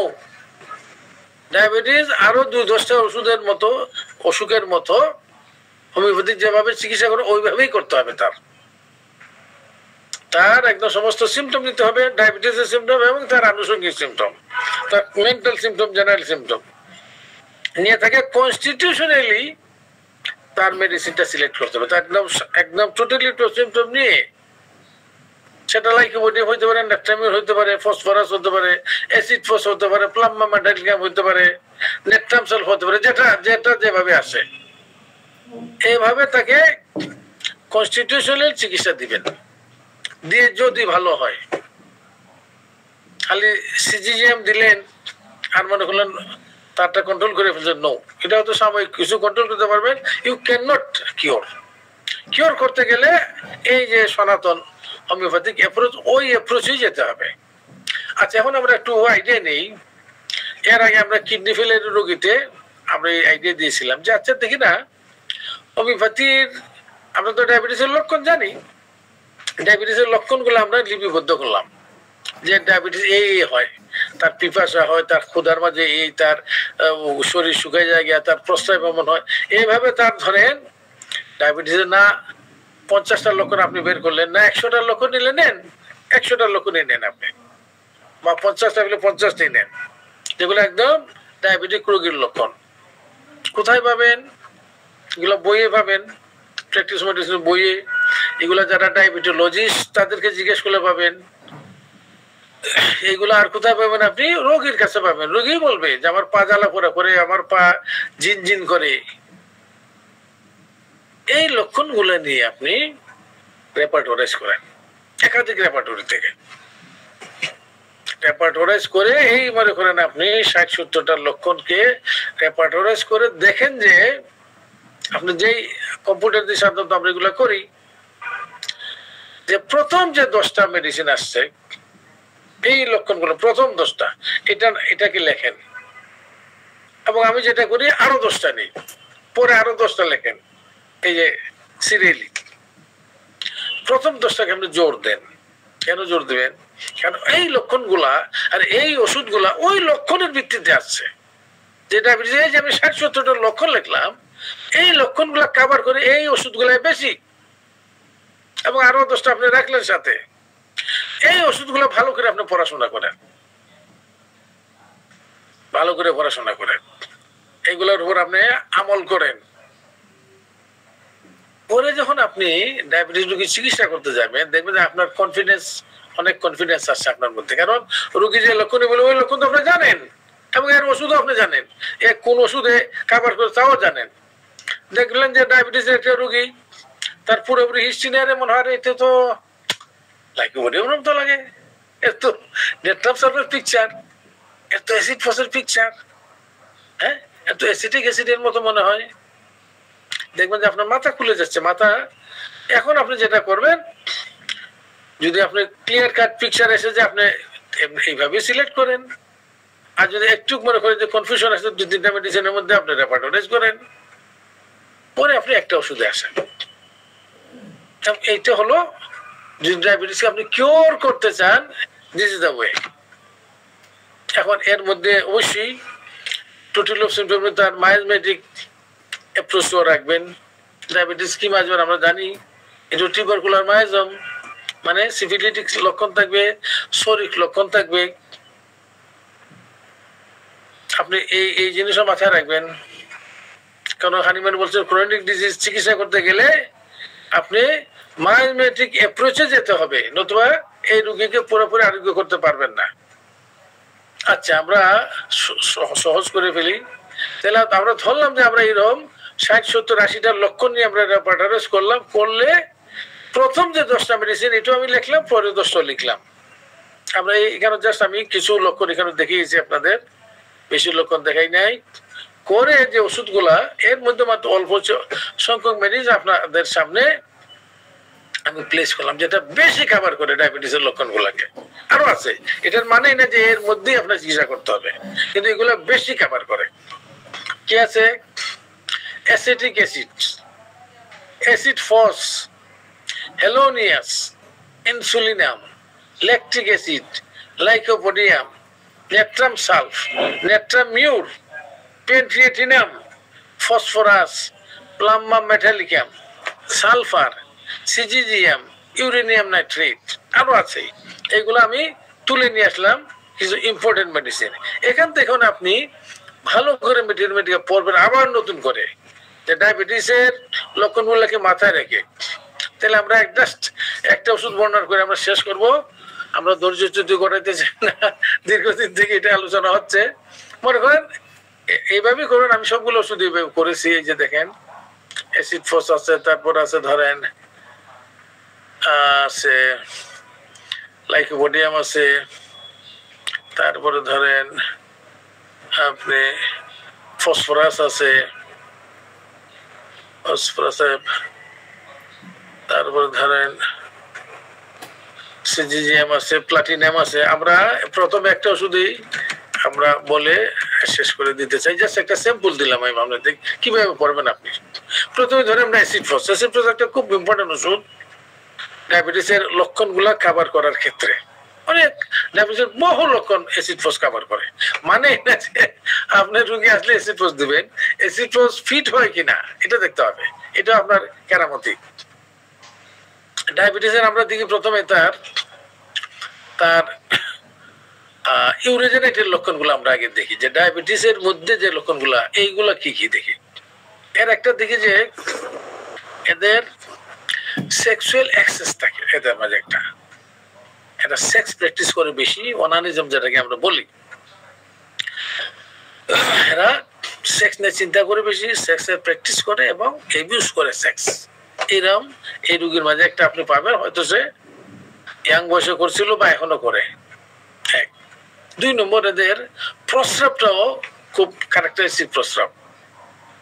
যে এরা আমরা জানি যে অ্যাসিড ফসফেট রোগীরা ফসফেট, এক্সেসিভ ফসফেট পাস করে প্রস্রাবের মধ্যে দিয়ে। আমাদের প্রস্রাবের মধ্যে ইউরিক অ্যাসিড যায়, ফসফেট যায়, আপনার ল্যাকটিল যায়, কার্বনেট যায়। এদের এক্সেসিভ ফসফেট যায়, ফসফেট। এবং যাওয়ার ফলে হয় কি, এদের প্রস্রাবটা থাকে অনেকটা সাদাটে, মিল্কি। অথবা পেশাব হয়তো পানির মধ্যে করলো, যখন আপনি পেশাবটা ধরে রাখলেন দেখা গেল এটা ঘোলা হয়ে গেছে, সাদাটে হয়ে গেছে। তাহলে এটা একটা খুব ইম্পর্টেন্ট লক্ষণ অ্যাসিড ফসের। যদি আমার রুগী পান যে তার পেশাবটা হোয়াইটিশ, অথবা পেশাব ধরে রাখলে সেটা সাদাটে হয়ে যায়, গোলাটে হয়ে যায়, এইগুলো একটা লক্ষণ। এবং এদের প্রস্রাবটা সাধারণত রাত্রেবেলা খুব বেশি হয়। রাত্রে সে অনেক পেশাব করে। তাহলে তার পেশাবটা একটা, যেহেতু আমাদের ডায়াবেটিসের লক্ষণ হইলো প্রস্রাব, তার প্রস্রাবের লক্ষণ পেলাম। প্রস্রাবটা করে কখন বেশি করে এবং রাত্রেবেলা করে, এবং পেশাবটা সাধারণত ক্লিয়ার হয়, ওয়াটারি হয়, কিন্তু ধরে রাখলে সেটা ক্লাউডি হয়ে যায়। আর আমরা যেমন আগে বলছিলাম যে এরা খুব সেক্স প্র্যাকটিস করে, সেক্স ক্রেজি থাকে কিছুটা। এবং সে পেশেন্ট যে এই যে বেশি মাস্টারবেশন করলো বা তার অত সম্পদোষ হলো, এই জন্য তার মনের মাঝে একটা অপরাধ বোধ থাকে। আপনি পেতে পারেন অ্যাসিড ফসের রোগী, অ্যাসিড ফস দেখলে অনেকটা চেনা যায়, তার কনস্টিটিউশনের সিম্পটম আছে। আমি এখানে যদি আনি নাই বেশি, তার মাঝে এই লক্ষণগুলো আপনি খুঁজেন। খুঁজে বললাম না, মেটারমেটি আগে তো পড়ছেন একভাবে, এখন ডায়াবেটিসের পিকচার গুলো মাথায় নিয়ে আবার পড়েন। আর কি দেখবো আমরা, যে ওই যে বললাম আমরা সেক্স প্র্যাকটিস করে বেশি, এদের ইভেন স্বপ্ন দোষ রাত্রেবেলা একাধিকবার হয়ে যায়। এমনকি স্ত্রীর সাথে সে সহবাস করছে, ঘুমাইছে, শেষ রাতে তার স্বপ্ন দোষ হয়ে গেল। এবং এই যে স্বপ্ন দোষ হয় সেটা খুব দুর্বল করে দেয় তারে, খুব ডেবিলিটেটিং। তাহলে এটা একটা ইম্পর্টেন্ট ব্যাপার। এর স্বপ্ন দোষ বেশি হয়, এমনকি এক রাতে কয়েকবার হয়। এমনকি স্ত্রীর সাথে সহবাস করলেও তাদের শেষ রাতে আপনার স্বপ্ন দোষ হয়ে যায়। এবং স্বপ্ন দোষটা খুব ডেবিলিটেটিং, খুব আপনার কি বলবো, মানে তারে খুব দুর্বল করে দেয়। আচ্ছা, তার ডায়রিয়া দেখেন, ওইটা ক্যারেক্টারিস্টিক। ওদের ডায়রিয়াটা হবে পেইনলেস, কোনো ধরনের ব্যথা ট্যাথা হবে না। আবার ওইটা দেখবে যে একদম হোয়াইট ওয়াটারি, পানির মতো যায়। এমনকি সে ফ্লেটাস পাস করতেছে, ওই সময় পায়খানা বেরোয় জায়গা। সবচেয়ে ইম্পর্টেন্ট ক্যারেক্টারিস্টিক লক্ষণ হলো তার যত ডায়রিয়া হোক সে দুর্বল হবে না। আমরা যেমন চায়নার রোগী, চায়না যদি সে ডায়রিয়া বেশি হয় তাহলে সে দুর্বল হয়ে যাবে তাড়াতাড়ি। আর অ্যাসিড ফসল হলো যে যত ডায়রিয়া হোক রোগী দেখবে, দেখা যাবে সে সতেজ আছে, সে দুর্বল হচ্ছে না। এগুলো চুম্বক লক্ষণ অ্যাসিড ফসের। আসেন আপনার হেডেকে, যদি সে ইয়াং হয় তাহলে সে বলবে তার চোখে ব্যথা করে, মাথায় ব্যথা করে। কি কারণে? সে যদি চোখের ব্যবহার বেশি করে, সে যদি হয়তো ইউনিভার্সিটির ছাত্র বা উনি শিক্ষক, উনি চোখের ব্যবহার বেশি করেন, সেই ক্ষেত্রে তার একটা মাথা ব্যথা থাকবে। এটা ইম্পর্টেন্ট লক্ষণ। এবারে এদের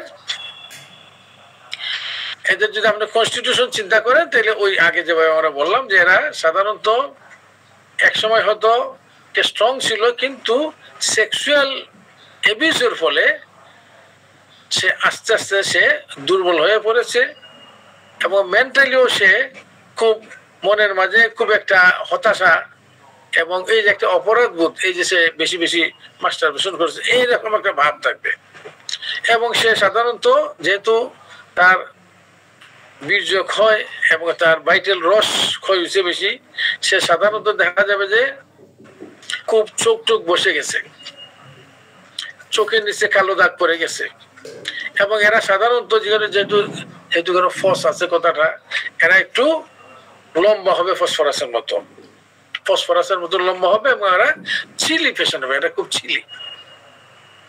দেখেন আপনি যদি আপনার ডায়াবেটিস রোগের মধ্যে ডায়াবেটিস কত ওইটা দেখবেন পরে, কিন্তু তার লক্ষণ খুঁজতে হবে এবং তার লক্ষণ অনুযায়ী ওষুধ দিতে হবে। এইভাবে যদি আপনি দিতে পারেন তাহলে এটা ডায়াবেটিসই হোক আর যেই হোক এই রোগী আরোগ্যের পথে ধাবিত হবে যদি আরোগ্যযোগ্য অবস্থায় থাকে। আমার মনে আমরা আচ্ছা এখানে আরেকটু রয়ে গেছে, এর আরেকটু মেন্টাল লক্ষণ আছে। এরা হয় অ্যাপাথেটিক, এরা আশেপাশে কি হচ্ছে না হচ্ছে ওইদিকে তার খেয়াল থাকে না, কারণ তার মনের মধ্যে একটা হতাশায় থাকে ওরা সবসময়। এবং আমরা এই প্রসঙ্গে আরেকটা বলছিলাম যে অ্যাসিড ফোর্স, তারপরে আপনার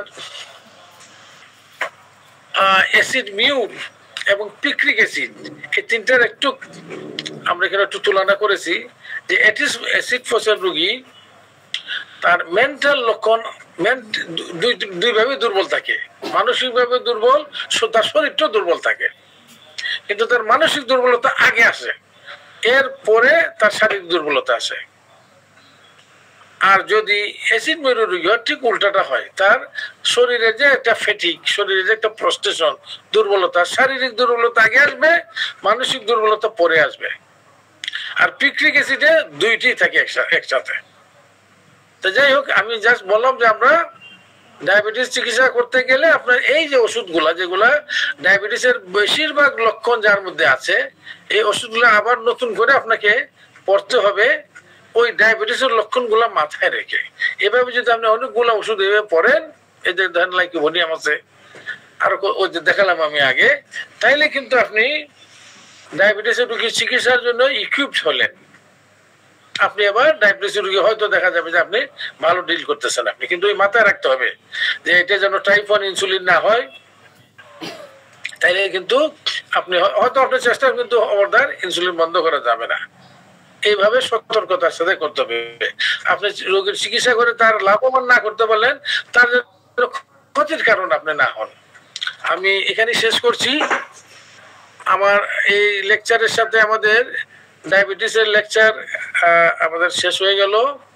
আমরা পরবর্তীতে আরেকটা সাবজেক্ট আনবো, সেটা আমি পরে ঘোষণা দেবো আপনাদেরকে কোন সাবজেক্টে আমরা আনবো। তো এই পর্যন্ত ডায়াবেটিস সংক্রান্ত যদি কারো কোনো প্রশ্ন থাকে আমরা কিছু প্রশ্ন নিতে পারবো আমাদের 11টা পর্যন্ত। আর কেউ যদি কোনো কমেন্টারি থাকে আপনার কমেন্ট করতে পারেন। আমি আশা করি আমাদের এই লেকচারের মাধ্যমে ডায়াবেটিস সম্বন্ধে হয়তো আপনাদের কিছুটা বোধোদয় হয়েছে। যারা হয়তো ভালো জানে তারা তো জানেনই, যারা কিছুটা কম জানেন তারা হয়তো আরেকটু সমৃদ্ধ হয়েছেন। এবং চিকিৎসার ব্যাপারে সতর্কতামূলক যেসব কথাবার্তা আমরা বলছি এইগুলা মাথায় রেখে কাজ করবেন। ডক্টর আনোয়ার পাটোয়ারির কাছে আমি মাইক্রোফোন হ্যান্ড ওভার করলাম। আসসালামু আলাইকুম ওয়া রাহমাতুল্লাহ ওয়া মা তাওফীক ইল্লা বিল্লাহ। ওয়ালাইকুম আসসালাম ওয়া রাহমাতুল্লাহি ওয়া বারাকাতুহু। স্যারকে অসংখ্য ধন্যবাদ জানাচ্ছি। অত্যন্ত পরিশ্রম করে এই বয়সে যে আমাদেরকে সমৃদ্ধ করার জন্য যে কষ্ট করে লেকচারটা দিয়েছেন, সেই জন্য আমরা স্যারের সুস্থতা এবং তিনি দোয়া করছি আল্লাহ রাব্বুল আলামিনের দরবারে থেকে আমাদের মাঝে আরো দীর্ঘদিন জ্ঞান বিতরণ করার জন্য বটবৃক্ষের ছায়া হয়ে যেন উনি আমাদের উপরে থাকতে পারেন। হ্যান্ড রাইজ করেছেন আমিরুল ইসলাম। আপনার মাইকটি আনমিউট করে আপনার প্রশ্ন বা মন্তব্যটি করুন। আর যারা প্রশ্ন করতে চান আপনারা হ্যান্ড রাইজ করলে আমার জন্য নামগুলো ঘোষণা করতে সুবিধা হবে। ধন্যবাদ। স্যার বলতেছিলেন যে ইনসুলিন কোনোভাবেই যেন বন্ধ না করা হয় এবং ইনসুলিন চলতে থাকবে। তো আমাদের হোমিওপ্যাথিতে নসড ওষুধের মধ্যে ইনসুলিনিয়াম এবং প্যানক্রেনিয়াম যে দুইটা ওষুধ আছে, প্যানক্রেটিনিয়াম যে দুইটা ওষুধ আছে, তো ইনস্টেড অফ অ্যালোপ্যাথিক যে ইনসুলিন, ওটার জায়গায় কি আমাদের এই হোমিওপ্যাথ ইনসুলিনিয়াম এবং প্যানক্রেটিনিয়াম ইন্ট্রোডিউস করা যায় কিনা ওই রোগীর ক্ষেত্রে? ধন্যবাদ আপনাকে। আমার মতে আপনি চিকিৎসা করতে পারেন, তাকে প্যানক্রেটিনিয়াম দেন, ইনসুলিনাম দেন, কিন্তু ইনসুলিন বন্ধ করা যাবে না। ইনসুলিন আর ইনসুলিনাম এক জিনিস না। ইনসুলিন তাকে সরাসরি কাভারেজ দিচ্ছে, আর ইনসুলিন হোমিওপ্যাথিক ওষুধ, এটা কি সরাসরি দেবে? সে যদি ইনসুলিন রোগী হয় আর তাকে আপনি ইনসুলিন নাম দেন, ইনসুলিন বন্ধ করে সময় তার একদম মানে অনেক ক্ষতি হয়ে যাবে। এবং আপনি রোগীকে ধরেই আমরা চিকিৎসার ক্ষেত্র আমি প্রথমে কেন ইনসুলিন নাম দেবো, প্রথমে কেন পেনজিটা নাম দেবো? আগে তো এই যে কি বললাম এতক্ষণ, যে তার আগে আমি লক্ষণ নিব, তার সার্বদৈহিক লক্ষণ, মনোদৈহিক লক্ষণ নিয়ে তার টোটালি সিমটম করে কনস্টিটিউশনাল চিকিৎসা দেব। এইগুলো হলো আপনাকে হেল্প করবে, এইগুলো তার প্রধান ওষুধ হবে না। কাজে কাজে যেখানে ইনসুলিন লাগবেই, ওই যে বললাম অ্যাবসলিউট ইনসুলিন ডেফিসিয়েন্সি, অনেক বয়স্ক লোকের ইনসুলিন নেই, কিন্তু টাইপ 2 ওইটার কথা বলি নাই। আমি বলছি টাইপ 1 ডায়াবেটিসের যে ইনসুলিন, যে একটা 10 বছরের বাচ্চা তার ডায়াবেটিস, এখানে বন্ধ করা যাবে না, তাহলে সে মারাই যাবে। আমি আশা করি আপনি বুঝতে পারছেন। ধন্যবাদ। ধন্যবাদ স্যার। এরপর করেছেন ছোটন মোল্লা। আমি আপনাকে বলছি ছোটন মোল্লা স্যার, উনি প্রথম থেকেই ভিডিওটা অন করে দিয়েছেন এবং আপনার খাওয়া দাওয়া সবকিছু আমরা দেখলাম। এটা গ্রুপের অন্যান্য সকলের জন্য একটা ক্লাস মনোযোগ বিঘ্ন সৃষ্টি হয়।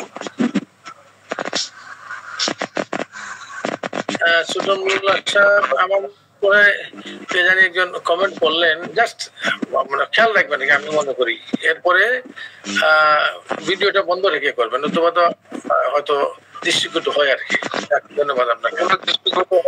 আমাদের এই ক্লাসগুলো অনেক সময় অনেকেই অনেক ফোরামে দেখেন, আমাদের সম্পর্কে একটা নেগেটিভ ইমপ্রেশন তৈরি হয় সোসাইটিতে, এটা যেন না হয় একটু খেয়াল করলে ভালো হয়।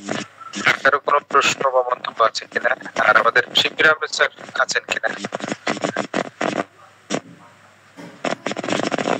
শিবির আহমেদ স্যার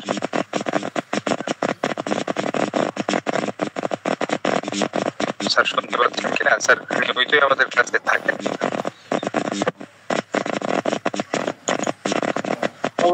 নাই আজকে অবশ্য স্যার যেটা বলেছেন আমরা শুরুতেই, নতুন বছরের প্রথম দিন, অনেক জায়গায় অনেক প্রোগ্রাম বা অনেকেই কিছু কিছু প্রতিষ্ঠান ছুটিও আছে বলি, তো সব মিলিয়ে তারপরে আমি বলবো আমাদের যথেষ্ট ভালো উপস্থিতি হয়েছে আলহামদুলিল্লাহ। মোহাম্মদ কামরুল হাসান আপনার হ্যান্ড রাইজ করেছেন, মাইকটি আনমিউট করে প্রশ্নটি করবেন। আসসালামু আলাইকুম স্যার। ওয়ালাইকুম সালাম রহমতুল্লাহ। স্যার কামরুল হাসান সাভার থেকে বলছি স্যার। জি জি বলেন। স্যার আমার প্রশ্ন হচ্ছে যে আমার এক পেশেন্ট আছে, তো ওনার প্রায় 12 বছর ডায়াবেটিস। তো আমার কাছে রিকভারি আসছে স্যার, আমি চেক আপ করে দেখছি মানে পেপার থেকে যে ফাস্টিং 6-7 থাকে এবং খাবার পরে 10-11 এরকম থাকে স্যার। কিন্তু প্রশ্ন হচ্ছে স্যার, ওনাকে আমি অ্যাডভাইস করছি এই কারণে যে উনি ওষুধ খাচ্ছে, আবার যে খাবারগুলো সুগার বেসড র্যান্ডম খেয়ে যাচ্ছে স্যার, ভাত খাচ্ছে, রুটি খাচ্ছে, চা খাচ্ছে, সিগারেট খাচ্ছে, বাট তার রিপোর্টটা এরকম আসতেছে। তো এই ক্ষেত্রে যদি কন্টিনিউ করে কি দাঁড়াবে স্যার, পরিণতি কি হতে পারে? এটা হয়তো উনি ডায়াবেটিসের না আরেকটা আছে আইজিটি, ইম্পেয়ার্ড গ্লুকোজ টলারেন্স, যে আমরা বলছিলাম প্রি ডায়াবেটিক। আপনার কথা বোঝা যাচ্ছে ওনার ফাস্টিং থাকে 6-7। হ্যাঁ হ্যাঁ, এটা কিন্তু প্রি ডায়াবেটিক, উনি কিন্তু কোনো ডায়াবেটিসে ঢুকেনি। ডায়াবেটিস খাতার নাম মানে অ্যাসোসিয়েট মেম্বার আছে, পূর্ণ মেম্বার। আমি বই দেখছি 12 বছর থেকে আছে স্যার সমিতিতে। হ্যাঁ হ্যাঁ, তাইলে উনি শীঘ্রই মানে পুরোপুরি সদস্য হয়ে যাবে এবং কমপ্লিকেশন হবে। এই জন্য ওনার উচিত, আমরা বলছি এর আগে, ইভেন যারা প্রি ডায়াবেটিক তারা ডায়াবেটিকের মতো নিয়ম মেনে চলতে হবে, আর নাহলে কিন্তু খুব তাড়াতাড়ি পূর্ণ ডায়াবেটিক এবং কমপ্লিকেশন নিয়ে উনি হাজির হবেন। তখন যদি মানে হার্ট কিডনি আই সবকিছুতে এফেক্টেড হয়ে যাবে, তাই না স্যার? হ্যাঁ জি জি জি জি। এই জন্য আপনি তাকে আরো ভালো করে কাউন্সেলিং করবেন। অনেক সময় আমরা বলি যে এই যে রোগীটা করেন আমি কি করবো, এখানে আমরা রোগীর দোষ না দিয়ে নিজের উপর দোষ নিতে চেষ্টা করি। যেমন এই রোগীটা যদি আমার হতো, আমি চিন্তা করতাম যে আমার কাউন্সিলিংটা এনাফ হচ্ছে না, সে ভয় পাচ্ছে না, আমি তাকে ভয় ধরানোর বহুত কায়দা জানি। মনে করেন যারা সিগারেট খায়, আমি আমার 2-3টা রোগীর ছবি দেখাই, তারা সিগারেট আমি চালাতে চাই, 2-3টা রোগীর ছবি দেখাই এবং বলি যে এই রোগীটা যেদিন আমার কাছে আসবে আপনাকে আমি খবর দিব, কারণ ওর তো আগে আমাদের সিরিয়াল দেওয়া আছে, এই রোগীটা জাস্ট আপনি দেখবেন। অনেক টেকনিক আছে, ভয় পেয়ে যায় রোগীরা, ভয় পেয়ে যায়। এই রোগীটার মনে করেন আপনি গলায় একটা ক্যান্সার হয়েছে, রোগী কিছু খেতে পারেন, এমনকি ঢোক গেলতে পারে না, মুখের যে লালা দেখেন আপনি, আমরা লালা গিলি আমরা টের পাই না, টেরই পাই না যে এটা কি আল্লাহ আমাকে কত নিয়ামত দিয়েছে, আমি লালা গিলতে পারি। যার গলা ক্যান্সার হয়েছে আপনি যদি একটা রোগী দেখেন যে সে ঢোক গেলতে পারে না ভাই, তার লালা সব গলার মধ্যে জমা হয়ে থাকে, ওইদিকে যায় না, ঢুক গেলে কিন্তু যায় না, এখানে জমা হয়ে থাকে এবং কতক্ষণ পরে সে ওয়াক করে এবং নর্দমার গন্ধের মতো এইরকম লালা বের হয়, মানে এই যে কেলিব্যাক্টেরিয়াম লালার মতো, নর্দমার গন্ধের মতো। রোগী বলে ডাক্তার সাহেব আমার একটু ঢুক গিলাই দেন, আমার লালা গিলাই দেন আমাকে, এমন শুকিয়ে ঘাট হয়ে যায়। তাই এই আপনি যদি কাউন্সিলিং করেন আপনার বিভিন্ন ধরনের টেকনিক অ্যাপ্লাই করা যায়। আপনি যদি দেখবেন সিগারেট সে খেতে 3বার চিন্তা করবে। আপনি একটা বার্জার ডিজিজ রোগী দেখেন, রোগীটাকে বলেন যে তুমি বলো তোমার কি ইচ্ছা। একটা বার্জার ডিজিজের রোগী যে সিগারেট খেয়ে হয় সাধারণত, সে দেখা যাবে তার পায়ের বুড়ি আঙ্গুল কাটছে প্রথমে, কারণ এখানে গ্যাংগ্রিন ধরে গেছে, তারপরে তার পায়ের গোড়ালি কাটছে, কারণ গ্যাংগ্রিন প্রথমে কেটে লাভ হবে, এটা বাড়তেই থাকবে, পায়ের গোড়ালি কাটছে, তারপর আবার গ্যাংগ্রিন ধরছে, তার হাঁটুর উপরে কাটছে, এরপরে 1 বছরের মধ্যে তার পা উপরে ফেলে দিছে, এটা শেষ না, যাবে তার অন্য পায়ে, তাহলে 2 পায়ে পুরা পাটা যদি ফেলে দেয়, এই রোগী কি মনে করেন আপনি? এইরকম একটা রোগী আপনি দেখান বা সন্ধান দেন বা ছবি দেখান, দেখবেন ম্যাজিকের মতো কাজ দেবে। কার না জীবনের ভয় আছে, এটা তাকে ভালো করে তুলে ধরতে হবে। এই জন্য বললাম যে আমরা রোগীর যখন কাউন্সিলিং করি যে আপনি এটা বিরত থাকবেন, ওইটা বিরত থাকবেন, আপনি এই কথা এক কানে তার ঢুকবে আর এখানে বেরিয়ে যাবে, কিন্তু তাকে আপনি যদি সিরিয়াসলি দেন, আমি তো দেখি আমার রোগীরা নেই, আমি বলি যে সিগারেট মনে করেন রোগী আসছে একদম হার্ট অ্যাটাক হয়ে প্রথমে 2বার আপনার রিং পড়াইছে, তারপরে আপনার সিএবিজি করছে, যে অপারেশন করছে, এরপরে অপারেশন করার পরে এই রোগী নিয়ে আসছে আমার কাছে। তখন আমি বলছি কি সিগারেট টিকেট খেতেন নাকি আগে? বলে হ্যাঁ সিগারেট খেতাম। কবে ছাড়ছেন? গত সপ্তাহে। আপনার তো হার্ট অ্যাটাক হয়েছে আরো আগে বা অনেক কিছু, যে না ওই ছেলে মেয়ে বলে যে না বাবারে সিগারেট ছাড়াতে পারি না, উনি সিগারেট ছাড়বে না, কমাইছে কিন্তু ছাড়বে না।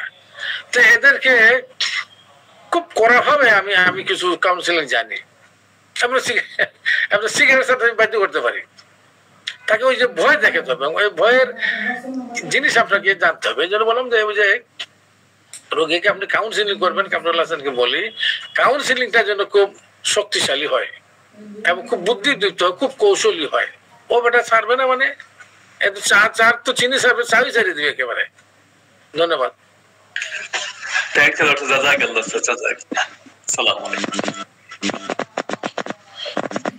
ধন্যবাদ।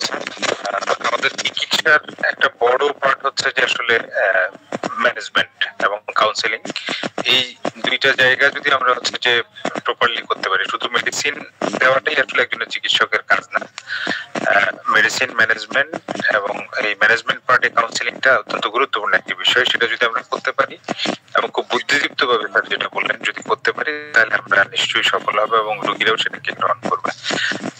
স্যার আর কারো কোনো প্রশ্ন বা মন্তব্য নেই? হ্যান্ডরাইজ করছেন না? আমরা মনে হয় আজকের মতো এখানে শেষ করতে পারি। যদিও আমরা আগামী দিনে কোন সাবজেক্ট দেব আপনাদেরও চয়েস থাকতে পারে, আপনারা আমাকে সাজেশন দিতে পারেন, আর নতুবা আমিও একটা সাবজেক্ট এমনই নেব যেগুলো আপনাদের কাজে লাগবে দৈনন্দিন। এই রোগীগুলো আমরা বেশি দেখি, আমি দেখি, এর মধ্যে আমি জানাই দেবো আপনাদেরকে। ইচ্ছা করলে আপনারাও যদি কোনো সাবজেক্টটা খুব মনে করেন যে আমরা শিখতে চাই, এটা এমন কিছু আমরা সাজেশন দিলে তাও হতে পারে। ধন্যবাদ। ধন্যবাদ স্যার। শেষ মুহূর্তে দুজন অ্যাড্রেস করেছেন, ডক্টর জয়ন্ত বিশ্বাস। আপনার মাইকটি আনমিউট করে সংক্ষেপে অতি সংক্ষেপে আমরা শেষ করব, প্রশ্ন বা মন্তব্যটি যদি করেন। এসএইচজি রিপোর্টে এসছে রাইট বান্ডল ব্লক কমপ্লিট। তিনি একজন ডায়াবেটিক পেশেন্ট, মানে হাই ব্লাড সুগার, পিপি 524, fasting 252, right bundle block SHG রিপোর্টে দেখাচ্ছে কমপ্লিট ব্লক। এই পেশেন্টের সাথে এখন কি করা উচিত? রাইট বান্ডল ব্লক তো কমপ্লিট ব্লক হয় না, ওগুলো তো অন্য জিনিস। সাধারণত যেগুলা bundle branch block, right bundle branch block, left bundle block, এগুলা অত সিরিয়াস জিনিস না। এটা হলো অন্য, আপনি যেটা বলছেন কমপ্লিট হার্ট ব্লক, এটা তো আরেক ব্লক। আর বান্ডল ব্রাঞ্চ ব্লক এগুলা অত সিরিয়াস না। রাইট সাইডে রাইট বান্ডল ব্লক হইতে পারে, লেফট বান্ডল ব্লক হইতে পারে, এটা অত সিরিয়াস না। তবে উনি যদি ডায়াবেটিক থাকেন, তার ডায়াবেটিক কন্ট্রোল আনা জরুরি। আচ্ছা, বলছি এসএইচজি রিপোর্টে যেটা এসছে complete right bundle branch block, complete বলে কোনো কথা বলে না। No no no, right bundle